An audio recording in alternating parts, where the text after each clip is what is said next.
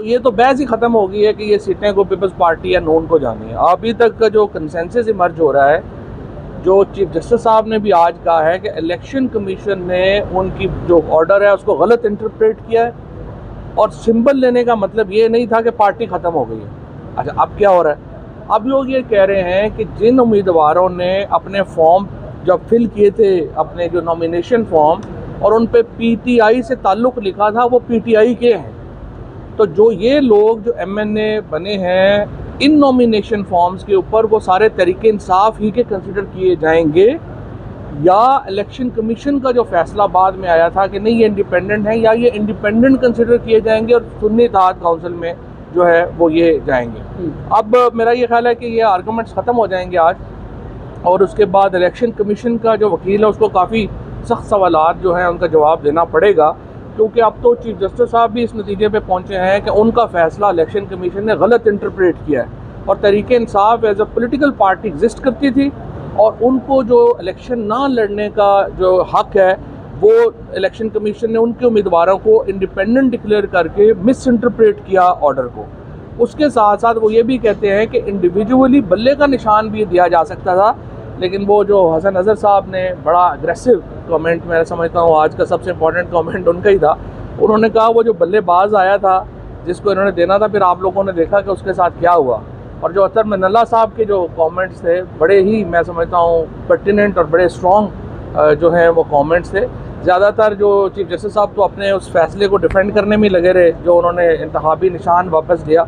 Otherwise जो है ये मेरा ये ख्याल है कि ये केस अब तकरीबन इस हद तक जो है वो आज पूरा बेंच जो है 13 के 13 जजेस जो हैं वो इसके ऊपर तो बिल्कुल मुझे लग रहा है कि कंसेंसस हो रहा है कि या अभी तक मुझे ये लग रहा है कि ये सीटें पीटीआई को जाएंगी, सुन्नी इत्तेहाद को भी नहीं जाएंगी। सो तरीके इंसाफ को लोगों ने वोट दिया है, ज़ाहिर है सुन्नी इत्तेहाद को तो वोट नहीं दिया, उनको तो कोई जानता भी नहीं है कौन है कौन नहीं है। अच्छा सर, चंद केसेस लग रहा है क्या बाकी जा सकती हैं? यही आज का जो कंसेंसस लग रहा है बेंच का, वो यही लग रहा है कि ये सीटें पीटीआई को जाएंगी, सुन्नी इत्तेहाद को भी नहीं जाएंगी। फादर, मुतअद्दिद केसेस में हमें देखिए रिमार्क्स कुछ होते हैं, कार्रवाई में मामला कुछ होते हैं, फैसला कुछ आता है। इसमें भी ऐसा आपको लगता है कि कुछ मामला डिफरेंट होंगे? लेकिन वो तो फिर अब हमको नजूमी तो नहीं है ना, प्रेडिक्शन नहीं कर सकते हम, तो जो एनालिसिस कर सकते हैं ना, हम तो तज्जिए के लोग हैं, हम कोई सितारों वाले लोग तो है नहीं। कल साइड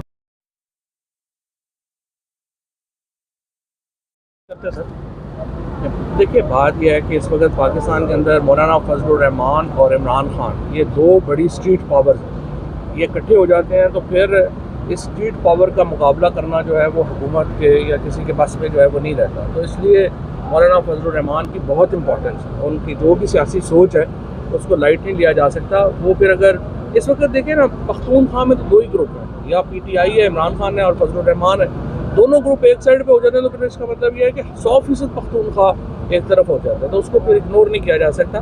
फजलुर रहमान साहब जो हैं वो बिल्कुल तैयार है इस वक्त, पीटीआई और जो मौलाना फजलुर रहमान का इत्तेहाद है वो पसे पर्दा जो है वो तो तकरीबन हो चुका है। पसे आइन जो अभी जो सामने जो है वो इंशाल्लाह मेरा ख्याल है। आप समझते हैं कि मौलाना फजलुर रहमान के पीछे नवाज शरीफ की भी आवाज़ है? नहीं, नवाज शरीफ साहब की आवाज़ नहीं है। नवाज शरीफ साहब की इस वक्त सिर्फ एक ही कोशिश है, उनकी सारी सियासत ये है कि मरियम नवाज़ को उन्होंने वज़ीर-ए-आज़म बनाना है फ्यूचर में। उन्होंने तो नून लीग की ने तो अपनी सियासत ही ख़त्म कर दी है।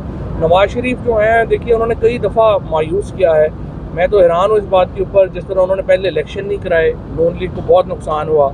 8 फरवरी को जब इलेक्शन हार गए थे, अगर नून लीग वो हार तस्लीम कर लेती तो नून लीग की फिर सियासत रिवाइव हो जानी थी, लेकिन इन्होंने बेहतर समझा कि हम जो है वो एक चोरी शुदा मैंडेट के साथ जो है वो हुक्मरानी करें।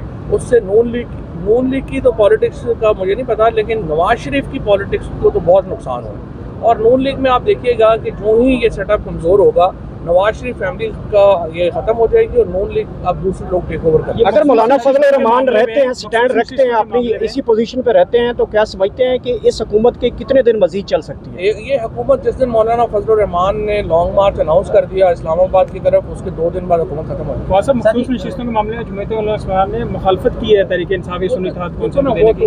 वो तो जो मखसूस नशिस्तें उनको मिलनी है तो उन्होंने करनी है ना, वो तो लॉजिक है। लेकिन अभी इमरान खान को कब तक बाहर आता हुए देख रहे हैं आप? जितनी देर ये अंदर रख सकते हैं रखेंगे। जा रहे हैं खान साहब से मुलाकात हो सकती है आपकी? मुलाकात कब हो रही है सर? देखते हैं, बुलाएंगे नहीं। नीति का बदला नहीं था।